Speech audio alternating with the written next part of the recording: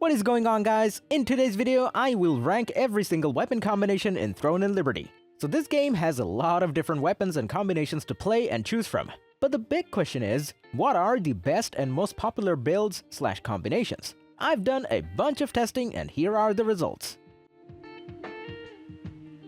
So first off, we have the longbow and staff, and we will place it right in the A tier.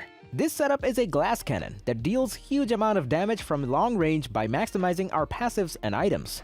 You will need to manage your cooldowns effectively, but if you follow the right build and instructions, then you will be melting anyone that stands in your way. If you play this setup, then I recommend for you to try not to move around too much, so that the rapid fire stance and asceticism procs would give us the highest damage possible. Then as well, in whatever your main rotation is, make sure that you cast the focused firebombs and hellfire rain as much as possible to upkeep the burn stacks. And if you're interested in any of these builds, then feel free to check out my channel for their full build guides. Then for the first S tier, we have Wand and Staff. This is the most versatile healer setup in the game because you can heal while also doing great amount of DPS. As our weapon combination has stronger and more spammable AoE abilities than any other healer combo, so this makes her preferred when farming in the open world and dungeons. If you enjoy traditional mage DPS builds but also want to heal and support allies, then this is the one for you. Next we have Sword and Shield with Dagger, and he deserves to be placed in the C tier. This setup is an agile evasion tank with amazing AoE damage. We will be incredibly tanky thanks to skills like Counter Barrier, while also being able to dish out big damage with Cleaving Moonlight and Thundercloud's bombing. Overall, this build has high CC, really good mobility, high AoE DPS, and most importantly, low cooldowns. So if you want to be an evasion tank that can hold enemies aggro, but also do decent amount of DPS, then this is the build for you. Then for the next S tier, we have Crossbow and Dagger.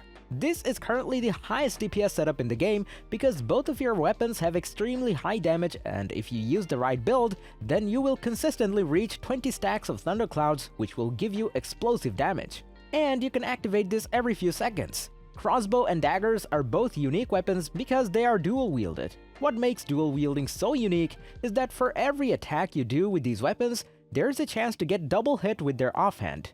And on top of that, you can even increase the chance of this by using the Selfless Diffusion, which will increase your damage by 2 or even 4 times. Next we have Greatsword and Dagger, which also deserves to be in the S tier. At first, this build may seem like just another bruiser, however, thanks to passive skills like Vital Force and Cold Warrior, its damage output can be very high. Greatsword and Dagger revolves around rotating your buffs into your DPS skills. Daggers have higher attack speed, so keeping them out may allow you to get additional attacks off in between skills, while the Greatsword skills will keep you protected and give you the best buff in the game. Also, even though most players prefer to stack as much HP as possible because of the Vital Force, we'll still be increasing our damage while getting more tankier at the same time. So, if you want to be a melee assassin with the most popular weapon in the game, the Greatsword, then this is the one for you. Next up we have Longbow and Crossbow, and he deserves to be in the A tier. Because of high bonus damage stacking and these two weapons having the ability to throw out a massive number of hits, the Longbow and Crossbow players are among the best. Also, by building up from your skills and passives, you'll get low cooldowns and have a very high amount of hit chance, ensuring that you can keep doing DPS for a very long time. The main goal of this build and your skill rotation is to use few skills to increase our damage and cast time. So if you want to play a build that is similar to a machine gun, then this is the one for you. Then for the next A tier, we have Staff and Dagger. This setup is a mage assassin that at his full potential provides up to 200 heavy attack chance and 150 skill damage boost. But because of the high cooldowns in this build, you'll need plenty of cooldown speed to reach your full potential. And without it, you'll be not as good. So this setup is amazing, but will require decent enough gear to reach the highest damage possible. This build has insane amount of high single target burst damage, and its main playstyle will revolve around maintaining 10 burning stacks and 20 Thundercloud stacks, which will provide exceptional AoE and single target DPS. So if you're looking for a deadly PvE and PvP build, then this is the one for you. Then for one of the last A tiers, we have Sword and Shield with Greatsword. This setup will focus on utilizing the strengths of both of these weapons for a ton of HP and heavy attack chance. When you get the best gear, you'll have one of the best AoE farming potentials in the game because of passives like Spectrum of Agony, and also because of active skills that can work off of each other, such as Frost Cleaving and Ice Tornado. As a tank, you'll be redirecting 70% of your teammates' damage taken, while at the same time significantly increasing your party's damage. And on top of all this, we will be doing insane amount of damage, as by using specific skills and passives, we'll lower our cooldowns dramatically. Next up we have Longbow and Wand, and we will place it right in the A tier. This setup is great for party-wide buffs in the form of cooldown reduction, mana regeneration, critical hits, and accuracy. This is a very versatile healer build because you can heal while also doing great amount of DPS. Our weapon combination has strong buffs and more spammable skills, so this makes her preferred over other healer setups. By taking advantage of unique skills such as Nature's Blessing, you'll ensure that your party has the best mana sustain throughout a boss fight. So if you enjoy traditional ranged builds but also want to heal and support your allies, then this is the one for you. Then for the next B tier, we have Longbow and Dagger. In this setup, the Longbow provides high single target DPS at range, while the Dagger provides amazing passives. This build's pros are that you get really good self-sustain and high single target DPS, but you are very reliant on cooldown speed, so you'll want to make your build around reducing as much waiting time as possible. Most of your skills will line up to around the same cooldown by using the correct specialization. So if you follow my build's instructions, then you should be able to do high amount of damage 24/7. This build's main rotation is to initially use Strafing and Zephyr's Knock, which will give us max Thundercloud stacks. So then we would want to use Shadow Escape to move behind the enemy and do big damage with the Thundercloud's bombing and the rest of our huge DPS skills. Next we have Greatsword and Crossbow, which deserves to be placed right in the B tier. This setup is very unique because by using Vital Force and Cold Warrior, we will increase our skill damage by a massive amount. Our main build's focus is on the Mortal Mark skill, because when it gets activated, we'll see huge damage numbers. Also, we will stack very high amounts of heavy attack chance, hit, and skill damage boost, while also having big HP and DPS numbers.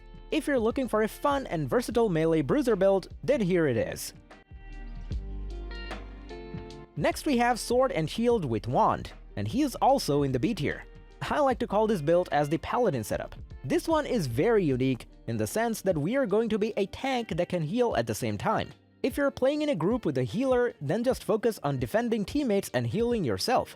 But if you're not solo or in a group without a healer, then just focus on tanking while healing the guys that are the lowest HP. So if you're ready to not even feel the enemy hits and still have the ability to heal and do great damage, then this is the build for you. Then for one of the last B tiers, we have Staff and Crossbow. This build will work by spamming skills like Quickfire and Fireball Barrage right when they come off cooldown. But as we're high spam and high damage, so we will need a lot of mana regen as well. And that's why you'll want to use skills like Inner Peace and Mana Exchange. If you're ready to stack high dexterity, cooldown speed, and bonus damage to achieve super high DPS, then this is the build for you. Then for the next C tier, we have Wand and Dagger. This setup is a support build that can still do big damage and is more oriented towards mixing melee and ranged playstyles. By us combining a mixture of survivability and damage with skills like Thundercloud's bombing and swift healing, we will be able to do both, so deal big damage while keeping our teammates alive. Also, this build will require decent mana regen to perform well, so to achieve the highest numbers possible, we'll need to use the right items and specializations. Next we have another C tier setup, which is the Greatsword and Staff.